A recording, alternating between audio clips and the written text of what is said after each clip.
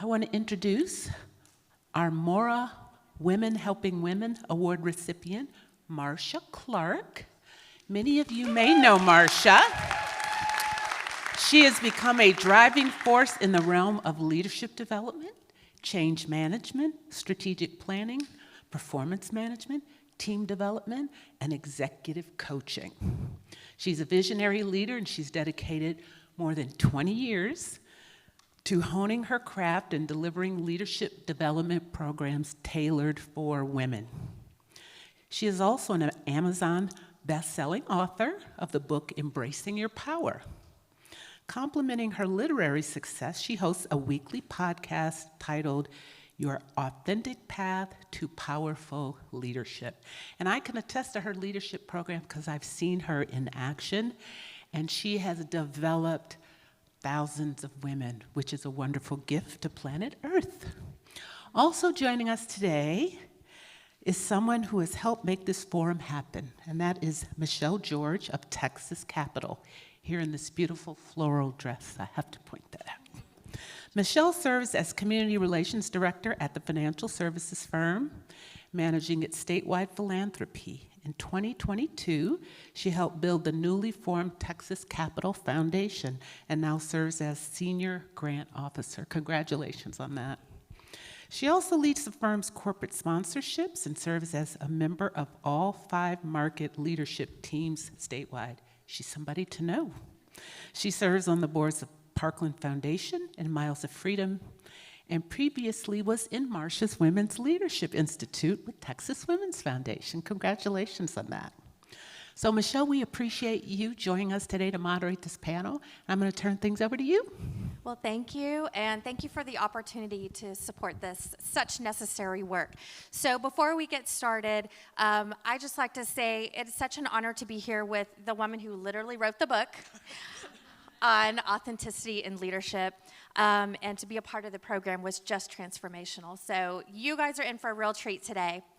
In my role as Community Relations Director, the lion's share of our philanthropy goes to women's issues, and it's really because there is not a more critical or urgent time than right now, but you don't have to be in community relations to know that. Right? So I'm really happy that you guys are all here today.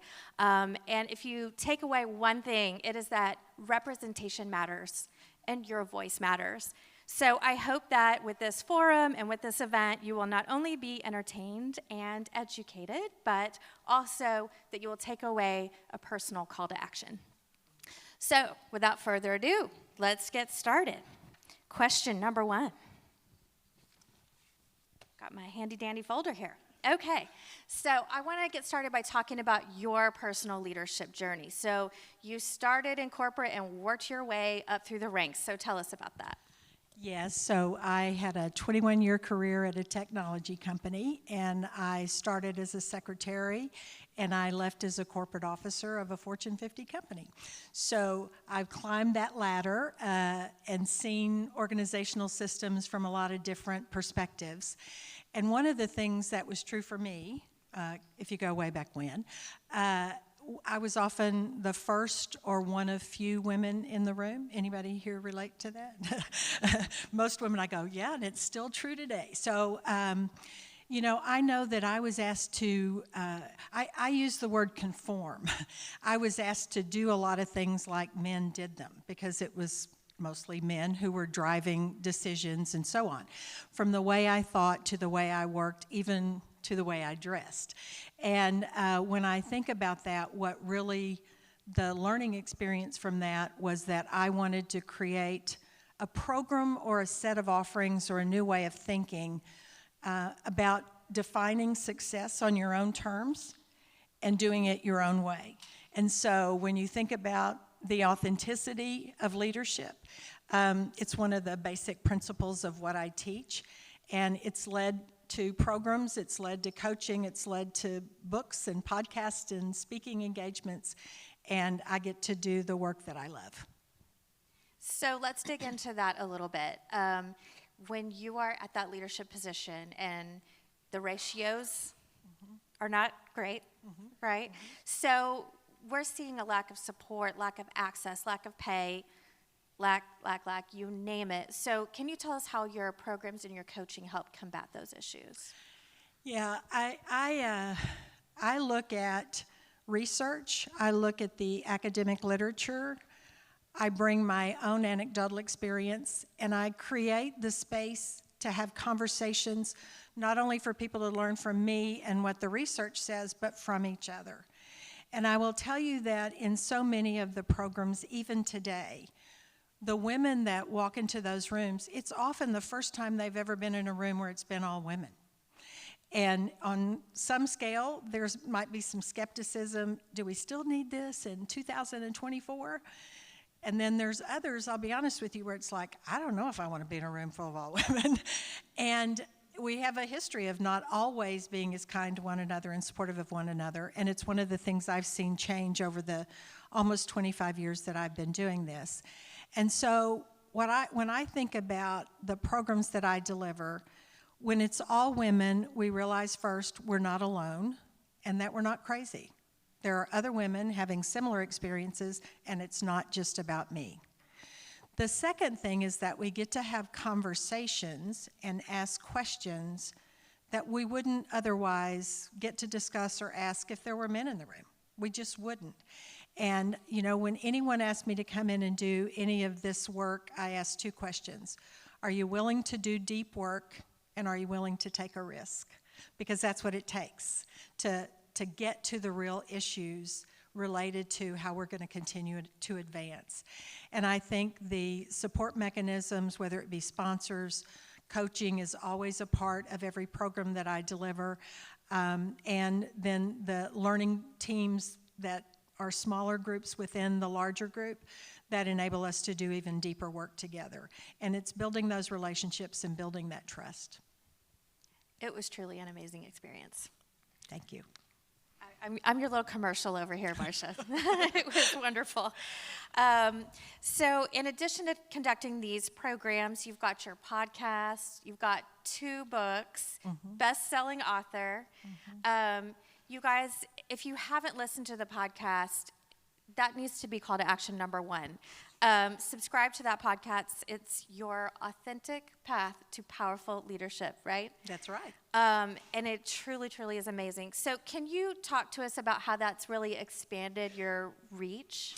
Yeah, so probably about 4 or 5 years ago, what became really evident to me is I cannot run enough programs and I cannot coach enough people to really get this information out. And it was almost an automatic that women would come up to me and say, where were you when I was 25? Or where were you when I started my work career? Or where were you when I had my first leadership role?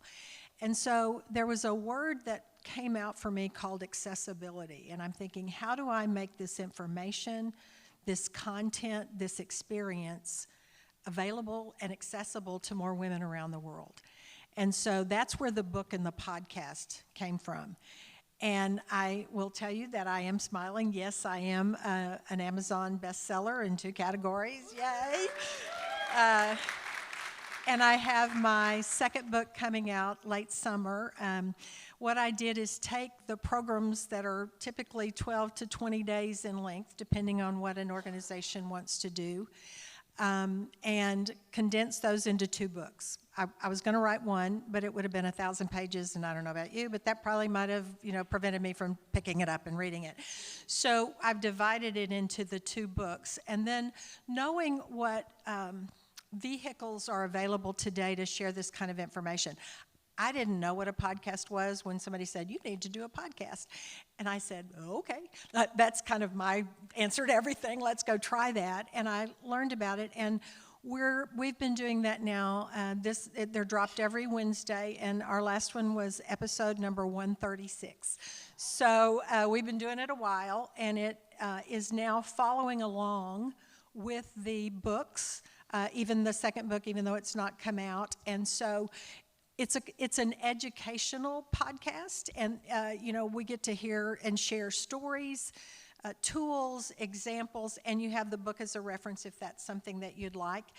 And also coming out with book 2 is an online version of the course that you can either do individually or you could do it as a learning group, a book group, a women's group, a lean-in circle, whatever it might be, again, to give the accessibility. And I'll also say, you know, we as women learn best in sharing stories, right? And the programs that I design and the exercises that I include in all of this is about sharing stories. And we learn from each other in amazing ways, and we feel connected in amazing ways. So that's where the accessibility and let's keep it going. Love that. Okay, so the theme of this forum is empowering authenticity. I could not think of a better name than that. So can you share what authentic leadership means to you personally? And then secondly, how can we as women embrace our individuality and our uniqueness in the workplace? Yeah, that's a big question. And I will tell you that whether it's a book, a keynote, a podcast, whatever, there are 3 words that are always included in my work: power, leadership, and authenticity. So every title has some one of those words or more in it. And I'll start with the leadership aspect of it, because I've always viewed leadership as a mindset or an attitude rather than a title or a box on a chart. It's the way we want to live our lives, and it's being accountable for the choices that we make and being really clear about who we are and how we want to show up in the world. And to me, that's the leadership mindset. The second thing is related to power. And when I talk about power, I look at it through 3 different lenses. The first one is positional power. And that is the title in the box on the org chart. It's where you fit in the hierarchy. And what I will tell you is we as women oftentimes shy away from that, and we say, oh, the title's not important and all that kind of stuff. Ladies, I want to tell you it is. You have more influence. You can impact more things going on when you have seats at those tables where big decisions are being made. And yet I also want you to hear that someone gives you positional power, and therefore someone can take it away. And so it's a fleeting thing, and it's not always within your control. The second kind of power is relational power. You can choose to be in relationship with someone else, and the 2 of you, or the 3 of you, or the 5 of you can do something that no one of you could do on your own. So it's the power of teams, the power of relationships. And then the third, which is my favorite, is personal power. And if positional power is outside in, personal power is inside out. And I look at personal power as it's mine to hold on to, it's mine to share, and it's mine to give away. Now, what I know is that we as women give away power without even realizing we're doing it. And we give away our power by not asking for what we want or what we need. Anybody relate to that? We give away our power by not setting and maintaining boundaries, saying yes when we want to say no, right? And we get mad at the person asking for whatever it might be, and we're so worried about inconveniencing them that we don't think about the inconvenience to us. And one of my favorite quotes is, givers need to set boundaries because takers rarely do. And that sound familiar also, is that it's something that we want to be more cognizant about and find skills, language, courage, all of those kinds of things in how to set and maintain those boundaries. And the last thing I want to say is about authenticity. And when I described earlier that I wanted to create offerings that allowed women to, 1, define success on their own terms, that's a part of our authenticity. To show up and live aligned with our values is another part of authenticity. And yet when I think of authenticity in the most important way, I want you to remember this. Never let anyone else define you. And I'm going to contrast that to the world that I grew up in, which was be like that person, do it like that person. And so it's almost the opposite or the contrast to conformity, because we're all unique individuals. And so that uniqueness and that individuality, you have to get clear about who you are. And I loved it in Hilda's, I think I saw Hilda's face in here a moment. Yes, she was talking about the importance of living your values. And I think anyone who does work in support of women and girls knows the importance of that. And the clarity of those, they're those uncompromisables that you want to make sure you know and understand and you make choices in alignment with. And there's a line from a movie that many of the women in here who have been through my programs know, and it's principles are only principles when they're practiced when it's inconvenient. And that's the courage it takes to stand in the heat and be who you are even when it's tough. But we know women can do hard things, and that's a hard thing sometimes, but we can do it. I love that. I want to go back to the power piece for a minute, because that's a word that is hard for a lot of women. In fact, we talked about that on your podcast, and that word has a lot of connotations. And so can you kind of unpack what does that mean, harnessing your power and then empowering others, and how do you do that in your practice? Yeah. Well, I will tell you this. So the title of my first book was Embracing Your Power. First of all, we have to acknowledge that we have it. We all have power. Yes, yes. Then we want to embrace that power. We want to understand our gifts, our strengths, our talents, our values, and we want to show up to the world in a way that it's aligned with those values. So that's what I mean about acknowledging and embracing. Well, guess what? The title of the second book is Expanding Your Power. And the subtitle there is A Woman's Opportunity to Inspire Teams and Influence Organizations. So the first book was about me and my interpersonal relationships. But there's another part to the power that we can bring to the world and the influence that we can bring to the world, and that's by leading teams of people to do, because I think leadership's also about serving something larger than yourself. It's not about beady-eyed self-interest, if you will, or not all about me being the top dog or winning every time. It's about me being in service. And when I think about it in those terms, we can be in service to our teams, we can be in service to our clients, we can be in service to our organizations, our markets, our communities, our families, and so on. So that's the expanding your power. And the third book, there will be a third book, it's going to be a little different, but it's going to be called Enriching Your Power, A Woman's Choice to Lift Others Up. And I think that's a hugely important aspect of being a powerful and authentic woman leader, is to, Roz Dawson, who was the former CEO of Texas Women's Foundation, and she quotes somebody, and I wish I could remember who she quoted, but I always give Roz credit. When you get a chair at the table, scoot over and pull up another chair for another woman.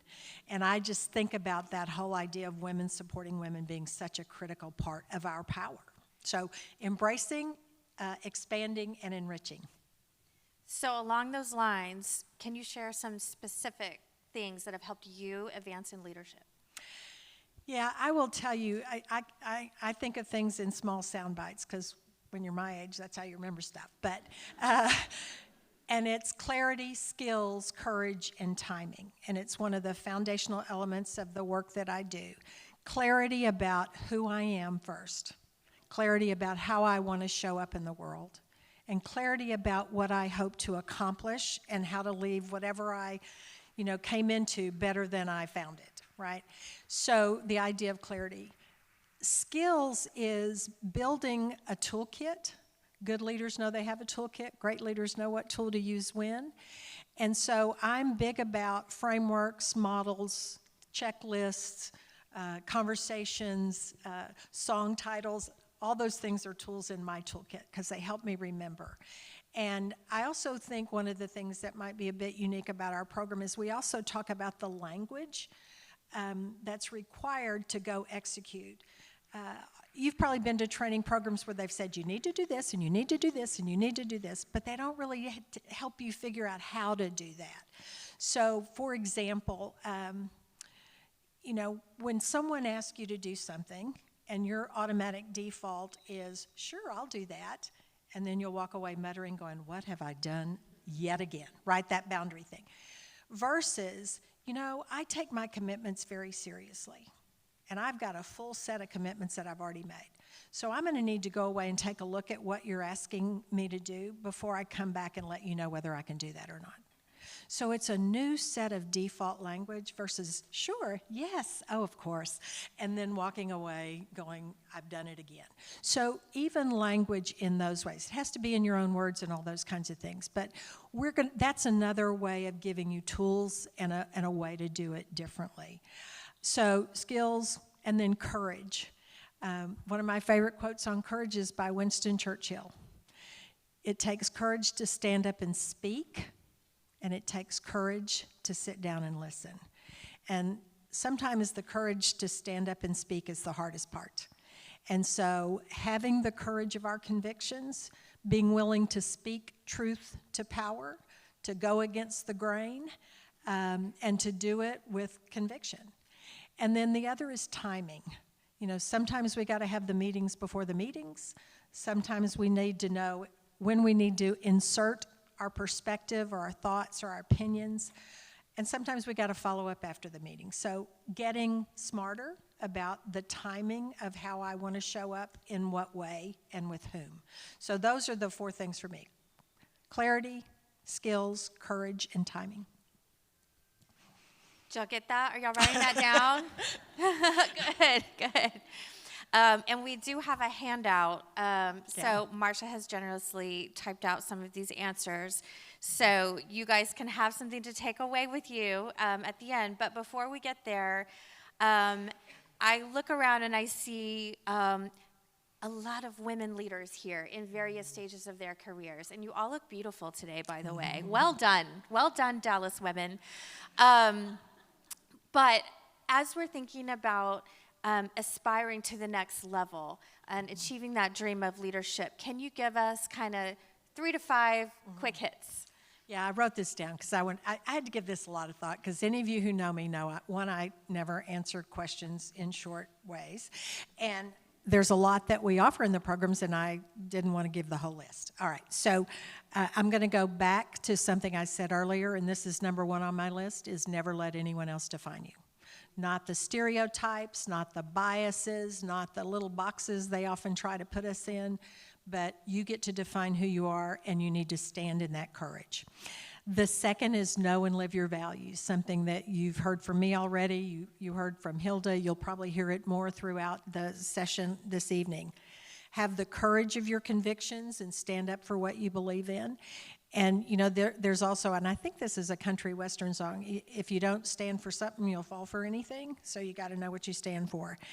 And then, I also want to say, try new things. Lean into things that are uncomfortable. Know the difference between new and unfamiliar and dangerous, so be smart about that. But then there's 3 questions you want to ask yourself when you take on new things. What did I do? What did I learn? And how will that help me going forward? There's another quote that says, we don't learn from experience, we learn by reflecting on the experience. And so that's what those 3 learning agility questions can help you with. What did I do? What did I learn? And how will that help me going forward? And then the last thing is that I encourage you to build meaningful relationships, because none of us can do this on our own. We need help. It takes a village, and, we have not only our work responsibilities, but we know that men and women both work on average about 60 hours a week. Women go home and have another 35 hours of domestic work to do. And so we have basically 2 full-time jobs. And so helping each other out and building those networks. And I also know that networking is kind of the, oh, really, do I have to kind of thing. And we often see it as an extracurricular activity, whereas men see it as a part of their jobs. And I'm not going to say you have to go to every happy hour and every, professional organization event, but you need to be selective about those because you need to be building relationships. And understanding how to do that, there's a whole lot of research these days that says emotional intelligence is more important in building a successful career than your intellectual horsepower or your IQ. And so that EQ thing is really important, and I think that's a big part. And be there for one another. Don't just expect others to be there for you, but we need to be there. We need to answer the call as well. Amen. Okay, well, I feel like we could be here all night, but The teacher in me, sorry. I'm pretty sure they won't let us. Although, I would stay. But anyway, one final question. So, congratulations on being a Maura Award winner. It is truly well-deserved. What does this award mean to you? It's a recognition and a reflection, when I think about it, of my adult life work. And it's named after Maura McNeil, who was one of the founders and president of the Women's Center and one of the original founders of the Texas Women's Foundation. And I'm of a generation where we had to knock down a lot of doors. And it wasn't always pretty, and it wasn't always well received.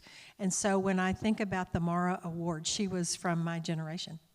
And I know how hard it is to knock down those doors. And so that recognition of my work, I can't think of a more fitting award to represent that. So I'm tickled pink. And I describe myself as a social justice warrior for women and girls, and one of my hashtags is value women and girls and women supporting women and women leaders and those kinds of things. And I think this award represents all of those things, and it's a prestigious award, one of the in my mind, one of the most important for women in this community, and I'm honored to be a recipient of it. Round of applause for Marsha. All right, do we have time for questions? We have time for questions, and thank you both so much. That was so information rich. It was almost like a master class. So thank you very much. Do we have any questions? If you do, raise your hand, and you can either come up. Why don't you come on up or come on down? Hi, Lisa Danzer.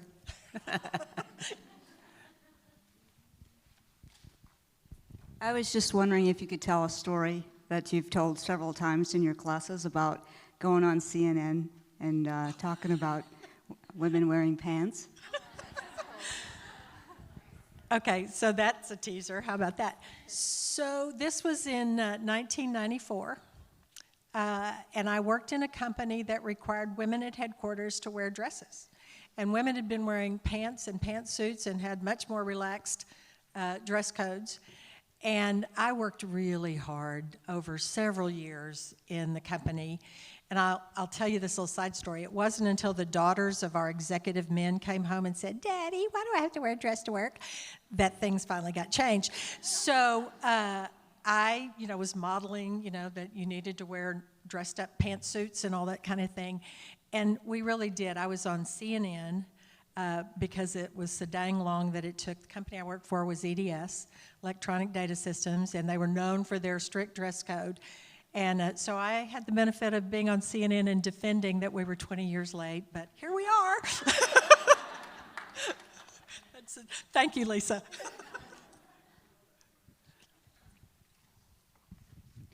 Do you do or have a source for someone in transition, like helping them if they're searching for and the language around a new job, like all the interviewing?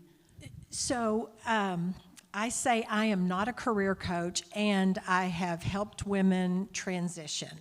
So I have some tools. One is called Managing Your Career with Intentionality, and it draws on the research of Catalyst, Korn Ferry, the executive search firm, and my own transition worksheet. So I have some tools, and I'd be happy to share those with you. I also have a great resource for updating your LinkedIn and how to make the most of your LinkedIn profile and your resume. So those are resources that I can offer to you from my own well of tools. That's wonderful. Any other questions? Okay.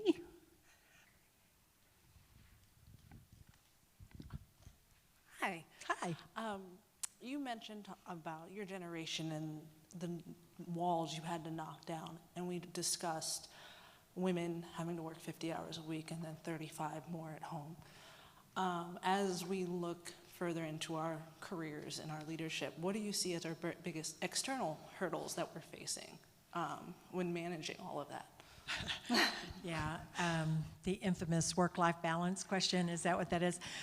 I will tell you, that has been a struggle forever. I was a working mother and wife and traveled, at sometimes up to 100% of my time. And I said, ask me on the day I die whether I had work-life balance. Because let's be honest, there are times when I was all work and there were times when I was all home. And I made sure that I was there for the important events. And I will tell you, the research also says that it's the quality of time that we spend, not necessarily the quantity of time. So even just because we're sitting in the same room and we're all on our phones doesn't mean that's quality time. And I'm going to quote Irma Bombeck, who was a syndicated writer back in the day. And she said, women can have it all, we just can't have it all at the same time. And I think that's probably... There's truth in that, not as an absolute. I don't ever want anybody to not want it all. Right, we're going to try and figure that out. But what I would say to you is there are going to be times in our lives when one part of our life is going to require more of us than another. When your children are small, it's about daycare. When your children get older, it's about sporting and, music and gymnastics and all those kinds of events. Then they don't want to be with you anymore. Then they're like, oh, where am I? Where are you? Kind of moment. And then they grow up and you're an empty nester and, now you have adult children and it's time to take care of your parents. So you're going to go through all of these cycles. And that's why when I say, I sign off on every podcast with here's to women supporting women. We need our support systems, and Hilda, I'm going to refer again to something you said. Our spouses have to be, we have to pick them carefully, right? It's got to be, they're going to let us be us, and they're going to help us out. Because I think without that, I don't know how you get through the day. My biggest sheroes are single mothers who have children who are trying to get it all done. But we've got to be there for one another, and we have to be realistic, I think, about our own expectations. It's not going to be 50-50 every day. It just won't. So I wish I had a magic, some dust that we could make it better, but I don't know of another way. But setting boundaries will help too. That's good advice. Any other questions? Oh, okay. I'll get you and then I'll get you next. First of all, congratulations on your award and thank you for your time. I think you and I are probably from the same generation and could share some fun stories, but being at this stage and near retirement and working for women and education for women, and I see what's going on in the world, and my 30-year-old daughters and daughters-in-law look at me and they say, are we going backwards? Are things moving? And I wonder, is it just the stage of life they are in that they are suddenly feeling the pinch there with small children and jobs and everything? And then I look at my granddaughters and I think, what will that world be for them? So any advice for our daughters at this stage? I'll just say this. Yes, I think we're going backwards. I tell women all the time, there will be doors that open wider. Run as far and as fast as you can during those periods of time. I've been in the work world for 52 years. I'm almost 72 years old, and I've seen a lot, and you have too. And we can't take anything for granted. And that's why, the Ruth Bader Ginsburg, women need to be at the tables where big decisions are being made. We've got to get those seats. We've got to hold on to those seats. We've got to pull up another chair. And I think teaching our daughters that they cannot take anything for granted because they don't know. I mean, I couldn't get a credit card in my name. I couldn't, even though I paid all the money, I couldn't have a car in my own name. And my brother could have signed for me, but I, my dad signed for me, but my brother could have, but I couldn't. And so those are not trivial matters. And we've got to pay attention and we've got to be vocal. And I think we have to band together to make sure that we don't lose those things. And, I also know that your daughters and our granddaughters, they're not going to stand for some of the stuff we stood for. And I say, go. And I'm here to run with you, to hand off the baton, to show you the way, whatever it might be, because we cannot take it for granted. Mm-hmm. We cannot take it for granted, that's true. There were a couple of hands over here. Okay, my favorite question. Okay. When you look back over your career, what has surprised you most about where women are today, and what has disappointed you most about where women are today? Well, it doesn't surprise me. Can I say what pleases me? You know me, I'll change the question if I don't like that. So what pleases me most about women is that even though the percentages are not what they, in my mind, could be and that I want them to be on some parity of our population, the numbers have gotten better. They're now getting worse, but they were on the right trajectory. And I think that we as women, as we continue to rise in our careers, there is a matter of helping other women, lifting others up. That is our choice. And I think the disappointing thing, I just, do we really still have to be talking about some of these things? I posted something on my Facebook the other day, and it was about Lucille Ball. Do y'all remember? Some of you may remember I Love Lucy. So, she broke a lot of ground for women. And when she found out she was pregnant, it was like the world was going to come to an end. She had to hide behind furniture to show that she wasn't pregnant. And finally, she stood up and she said, "Why don't we build pregnancy into the script?" Well, that had never been done before. And I look at those moments where we've got to be paying attention to the microaggressions, is what they're often called. And even Hilda was talking about we all have trauma in our lives, and we do. And sometimes it's a single event, and sometimes it's an accumulation of things over time. And those little t traumas can build up to be big traumas. And I think giving us an outlet for those, the microaggressions, being able to speak up and stand up, but we have to recognize them first. And that's where I see, where it still makes me sad that we're dealing with things today that I thought we were done with, and we're still having to fight hard fights. Yeah. We have time for one more question. I know somebody over here raised. Hello, thank you for your comments. I have a question, and you kind of hit on it before, that we're still dealing with some of these things much later.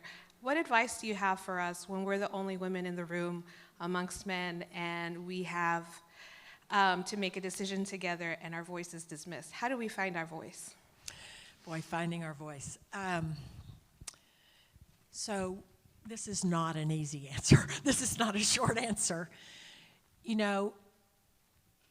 Okay, I'm gonna share a couple of things with you and then say, go get my book, because there's a lot in there. And I know that sounds self-serving, but we just don't have time to talk about it all today.